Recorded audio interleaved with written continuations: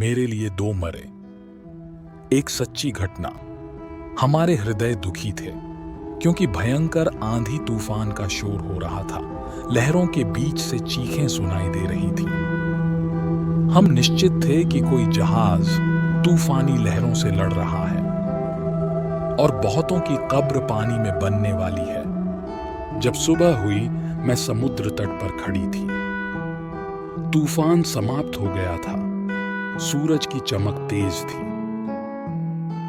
समुद्र लहरा रहा था। पक्षी गा रहे थे। लग रहा था आंधी और उसका शोर केवल दुःस्वप्न था। परंतु तट का दृश्य ऐसा था कि वहां यथार्थ में टूटने फूटने, वह विनाश के अवशेष थे। तभी एक तैराक मेरे पास जहां मैं खड़ी थी आ पहुंचा। मैं मुड़ी और उससे रात की घटना के विषय में पूछने लगी। वह बचाव के साहसी प्रयासों तथा आंशिक सफलता के विषय में बताने लगा। तो मैंने खोए हुओं के विषय में पूछा तो उसने मुझसे कहा, क्षमा करें मैडम, क्या आप बची हुई हैं या खोई हुई है? मेरा मतलब, क्या आप यीशु को जानती हैं? प्रश्न बड़ा मधुर था। मुझे निश्चय था कि उसका और मेरा उद्धारकर्ता एक था। जब हमने अपने हृदय के प्रेमी के विषय में थोड़ी बातें की, दिल से एक दूसरे से हाथ मिलाया। फिर मैंने उससे पूछा कि वह प्रेमी उद्धारकर्ता को कब से जानता है तथा कैसे वह प्रभु के पास आया। फिर उसने कहा, 5 वर्ष पूर्व एक रात को प्रभु ने मुझे जल में डूब के मरने से तथा मेरी आत्मा को आग की झील से बचाया।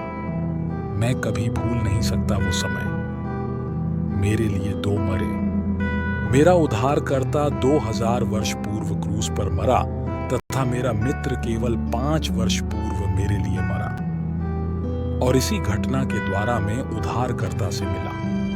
कल की रात की तरह एक रात थी। हमारा जहाज एक चट्टान से जा टकराया। जब हम फंस गए तो हमने लोगों को खतरे के संकेत दिखाए, गोलियां भी दागी। फिर तट से साहसी लोग जीवन नौका, लाइफ बोट लेकर आए। हमने सोचा शायद ही इससे बचाव होगा, परंतु उन्होंने प्रयास किया और परमेश्वर ने सफलता प्राप्त करने में सहायता की।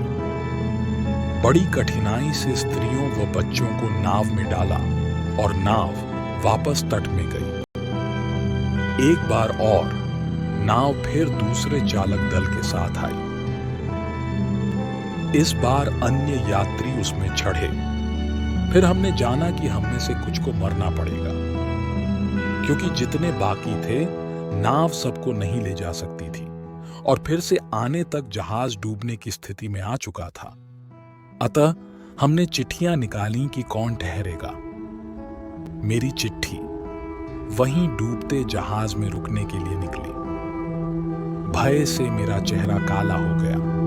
नियति में मेरे लिए मरना लिखा था। मैं बहुत डर गया था। जीवन के सारे पाप जो मैंने किए थे मेरे सामने आ गए। फिर भी मैंने बाहर से लोगों को कुछ नहीं प्रकट किया। ओह, मेरे और मेरी आत्मा के बीच बड़ा भयावना दृश्य था। मेरा एक मित्र था जो यीशु से बहुत प्यार करता था। कई बार उसने मुझे मेरी आत्मा के उद्धार के विषय में बताया था और मैं हर बार उस पर हंसा था। मैंने कहा था, मैं अभी खुल के जीवन का आनंद लेना चाहता हूं। मुझे यीशु की आवश्यकता नहीं है। ओह, मैं कितना बुरा इंसान था। अभी यद्यपि वह मेरे बगल में ही खड़ा था, मैं उससे यह भी नहीं कह पा रहा था कि वह मेरे लिए प्रार्थना करे, क्योंकि मैंने सोचा शायद उसके लिए भी यह काफी मुश्किल समय है। पर जब मैंने उसके चेहरे को देखा, बड़ा शांत व स्थिर था और एक अनोखा तेज उसके चेहरे पर था।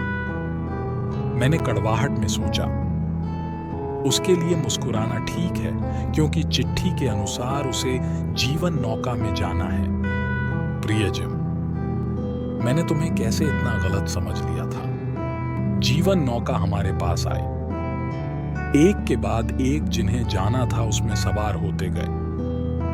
अब मेरे दोस्त की बारी थी, पर स्वयं जाने के बदले उसने मुझे जाने के लिए धक्का दिया और कहा, टॉम, मेरी जगह पर जीवन नौका पर तुम चले जाओ और प्रभु को जानो, और स्वर्ग में अपनी भेंट दोबारा होगी। तुम्हें मरना नहीं चाहिए।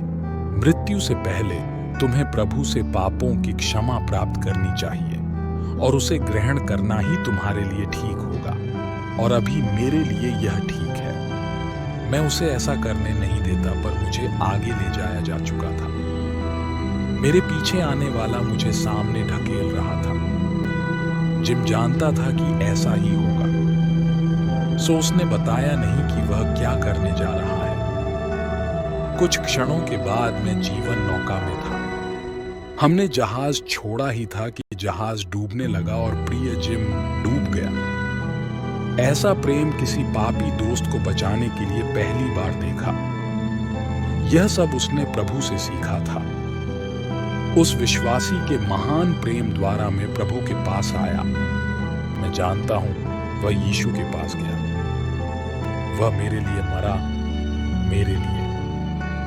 क्या मैंने आपसे सच नहीं कहा कि मेरे लिए दो मरे? कुछ देर के लिए वह रुका। उसकी आंखें आंसुओं से भरी थीं। उसने उन्हें छिपाने की कोशिश नहीं की। वे उस प्रेम के प्रति श्रद्धांजलि के आंसू थे जो उसकी मृत्यु के लिए वह निकले थे। फिर उसने कहा, जब वह जहाज डूब रहा था, मैंने अपने दिल में ईश्वर से कहा, यदि मैं सुरक्षित भूमि पर पहुंचता हूं तो जिम का मरना खाली नहीं जाएगा। प्रिय प्रभु, मैं उससे स्वर्ग में मिलूंगा। जिम के ईश्वर को जानना कीमती है।